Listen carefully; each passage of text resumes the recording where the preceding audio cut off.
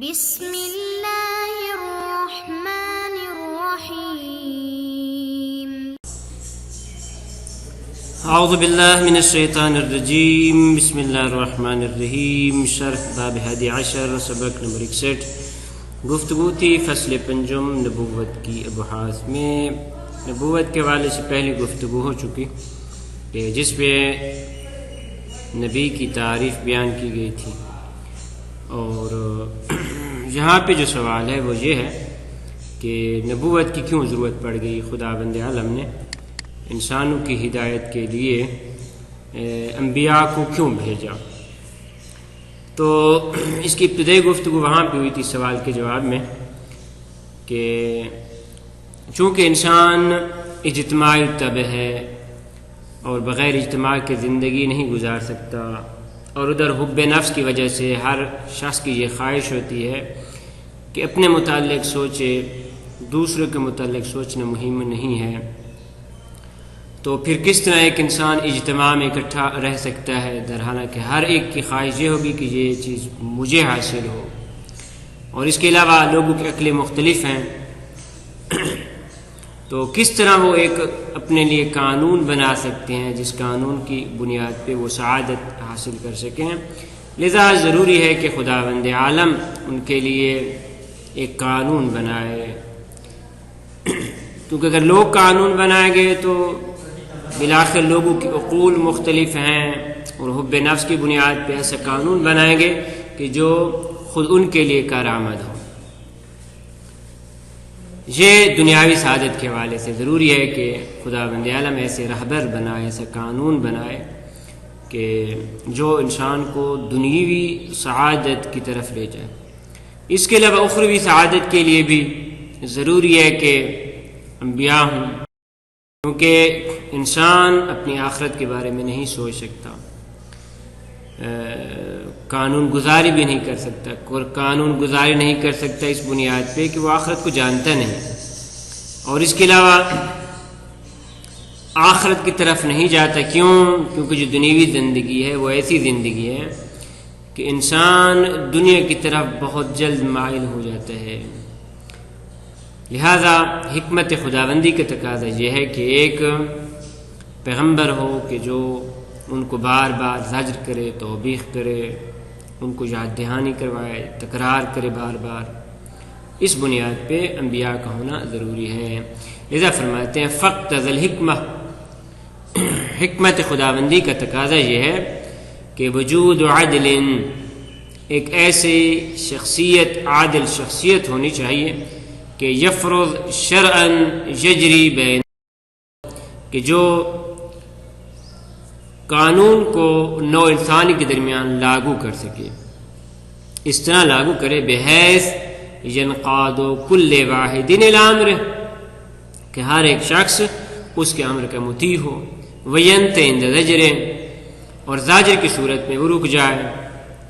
بس ایک قانون ہونا ضروری ہے. اگر آپ یہاں پہ یہ کہیں کہ بھئی یہ قانون تو خود انسان بھی بنا سکتے ہیں، فرماتے ہیں ایسا نہیں ہے. ثم لو فرض ذلك شرعا الیہم، اگر یہ فرض کیا جائے کہ یہ قانون گزاری خود انسانوں کے پاس ہونی چاہیے تھی تاکہ اپنے اجتماع کو ٹھیک کر سکیں، سعادت کی طرف جا سکیں، تو فرماتے ہیں اس کا جواب کیا ہے؟ لحصل مکان اولا، وہی مشکل پیش آئے گی جو پہلے تھی. کیوں؟ اذ لکل واحد رائے یقتضی عقلہ ومیل یوجبہ تبعہ، اس کی رائے ہے جو اس کی عقل کا تقاضا ہے، اور عقول مختلف ہیں، اور ہر ایک کا میلان ہے کہ جو اس کی طبیعت کا تقاضا کرتا ہے. لذا ہر ایک اپنی عقل کے مطابق، اپنی طبیعت کے میلان کے مطابق قانون بنانے کی کوشش کرے گا. جیسا کہ آج ہم دیکھ رہے ہیں پوری دنیا کے اندر پارلیمنٹ ہے یا سینٹ ہے، ہر ملک میں انتشار پھیلا ہوا اس بنیاد پہ کہ مخصوص افراد کہ جو اوپر چلے جاتے ہیں، جب قانون گزاری کی بات آتی ہے، قانون بنانے کی بات آتی ہے، تو ایسے قوانین بناتے ہیں کہ جو اولا ان کو تحفظ دے، چاہے اس میں ملک کا نقصان ہی کیوں نہ ہو. لذا فلا بد حینئذ من اسرار متمیز بآیات ودلالات، ضروری ہے ایک ایسے قانون دان کا ہونا کہ جو متمیز ہو، مشخص ہو، معین ہو، آیات اور دلالات کے ذریعے، جن اس کے پاس نشان، اس کے پاس معجزات ہونا چاہیے، تدل علی صدق ہی، تاکہ اس کی سچائی پہ دلالت کریں، کہ یشر ذالک الشر، تاکہ اس قانون کو لاگو کر سکے، اس قانون کی تشریع کر سکے، مبلغا لہ عن ربہ، لوگوں تک وہ قانون پہنچا سکے ان کے رب کی جانب سے، کہ یعد فی المتی ویتوعد العاصی، کہ جس میں وہ اطاعت گزاروں کو بشارت دے، گناہ گاروں کو دھمکی دے، توبیخ کرے، لیکون ذالک عدع علی انقیادہم، تاکہ یہ بات ان کے انقیاد میں زیادہ دعوے کی باعث بنے، یعنی لوگ جلدی ان کی طرف میلان حاصل کرنے لئے امری بنا یہی۔ تو اس بنیاد پہ خداوند عالم نے قانون بھی خود بنایا اور قانون کو لاگو کرنے والا بھی خود بنایا، اور پھر اس کو آیات و دلالات عطا فرمائے، معجزات عطا فرمائے، یہ دنیوی اعتبار سے۔ وَأَمَّا فِي مَعَادِهِمْ، لوگوں کی معاد اور آخرت کے حوالے سے بھی نبی کا ہونا ضروری ہے، کیوں؟ فَهُوَ أَنَّهُ لَمَّا كَانَتِ السَّعَادَةُ الْأُخْرَوِيَّةُ لَا تَحْصُلُ إِلَّا بِكَمَالِ النَّفْسِ بِالْمَعَارِفِ الْحَقَّةِ وَالْأَعْمَالِ الصَّالِحَةِ، کیونکہ اخروی سعادت حاصل نہیں ہوتی مگر اس طرح کہ نفس انسانی کمال حاصل کرے، کس چیز کے ذریعے؟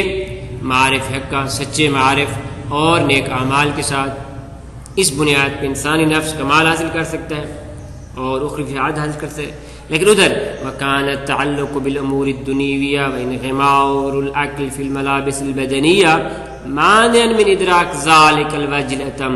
وَالنَّهْجِ الْأَسْوَبِ، لیکن ادھر جب انسان کا تعلق ہے دنیوی امور کے ساتھ اور اس کا عقل وہ منغمر ہے، داخل ہو چکا ہے اپنے بدنی ملابس میں، انسان کا جو بدن ہے وہ دنیا چاہتا ہے، اور انسانی عقل کیا ہے وہ ملابس بدنیہ میں گم ہو چکا ہے،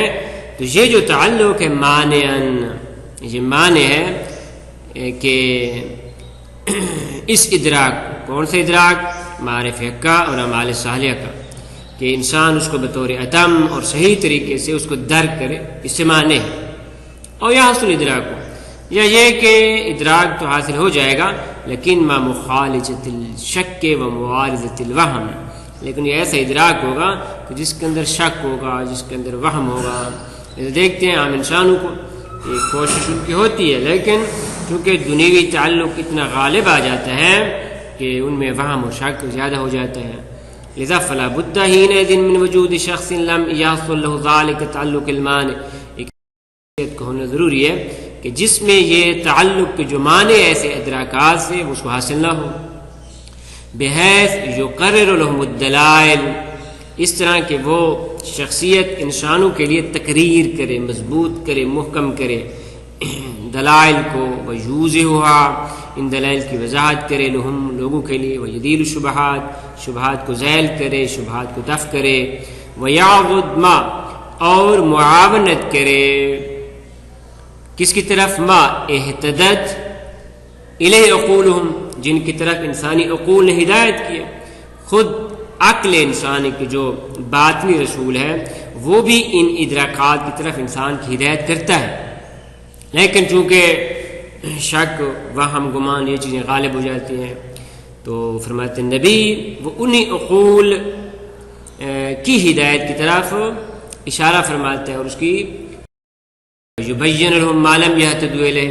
اور ایسی چیزیں جن کی طرف حتیٰ کہ ان کی عقول بھی ہدایت نہیں، اخروی جو علوم جتنے بھی ہیں عقل انسانی بھی ان تک نہیں پہنچ سکتی، تو فرماتے ہیں نبی وہ ان کو اخروی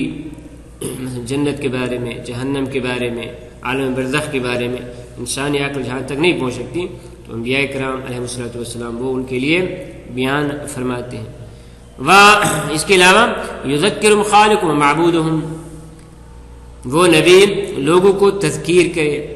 یاد دلا ان کا خالق، ان کا معبود، وَيُقَرِّرُ لَهُمُ الْعِبَادَاتِ وَالْأَعْمَالِ الصَّالِحَةِ، اور ان کے لیے وضاحت کرے، مضبوط مستحکم کرے، تقریر،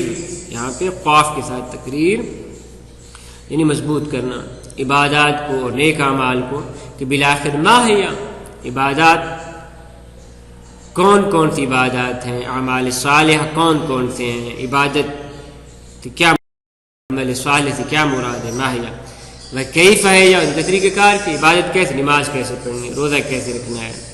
نیک عمل کیسے کرنے، علی وجہ، اس وجہ پہ کہ یوجب لهم الظلفى عند ربهم، عبادت اور عمل صالح ایسا ہونا چاہیے کہ جو موجب بنے کہ وہ لوگ اپنے رب کے قریب ہوں، زلفا یعنی قریب ہونا، وَيُكَرِّرُهَا عَلَيْهِمْ، اور ان چیزوں کا تکرار کرے، ان کو بار بار بیان کرے، لیے یستحفظ التذکیر للتقریر، تاکہ اس تذکیر وعظ و نصیحت کو وہ حفظ کر لیں اس تقریر کے ذریعے، تکرار کے ذریعے، کہ لا یستول علیہم الصحو والنسیان، تاکہ لوگوں کے اوپر صحو اور نسیان غالب نہ ہو جائے، کیونکہ صحو و نسیان کیا ہیں، اللذان ہما کالطبیعۃ الثانیہ للانسان، کہ جو انسان کی طبیعت ثانویہ بن چکے ہیں، وذالک الشخص المفتکر الیہ فی احوال المعاش والمعاد، یہ شخصیت کہ بالآخر جیسا کہ بھی ثابت کیا دنیاوی زندگی اور اخروی زندگی میں تمام اس کے محتاج ہیں، یہ شخص کیا ہے، ہوا النبی، یہی وہ نبی ہے صلی اللہ علیہ وآلہ، والنبی واجب فی الحکمہ بنابرین، نبی کا ہونا خدا بند عالم کی حکمت کے تقاضے سے واجب ہے، وہ المطلوب، اور مطلوب ثابت ہو چکا۔ پس جہاں تک انہوں نے ثابت کیا کہ نبی کی ضرورت کیوں ہے، قال، اس کے بعد جناب علامہ حلی رحمۃ اللہ علیہ فرماتے ہیں وفیہ، اس نبوت کی بات میں مباحث، 4 باتیں، ان میں سے الاول پہلی جو بات ہے وہ ہے نبوت خاصہ میں، فی نبوت نبینا محمد صلی اللہ علیہ وآلہ وسلم، جناب محمد بن عبداللہ بن عبد المطلب رسول اللہ کے جو اللہ کے رسول ہیں، ان کی نبوت کے بارے میں کس طرح ہم جناب کی نبوت کو ثابت کر سکتے ہیں۔ تو فرماتے ہیں اس بات کے طریقہ کار فرما رہے ہیں لأنہ، کیونکہ خدا بند عالم نے اظہر المعجزہ علی یدہ، جناب کے ہاتھ پہ ظاہر فرمائے، کون سے معجزے ہیں، چند معجزات کا ذکر، کل قرآن، جس میں قرآن سب سے بڑا معجزہ ہے، خدا بند عالم نے جناب کے ہاتھ پہ ظاہر فرمائے، وانشقاق القمر، قمر اور چاند کے 2 ٹکڑے ہونا، ونبوع الماء من بین اصابہ،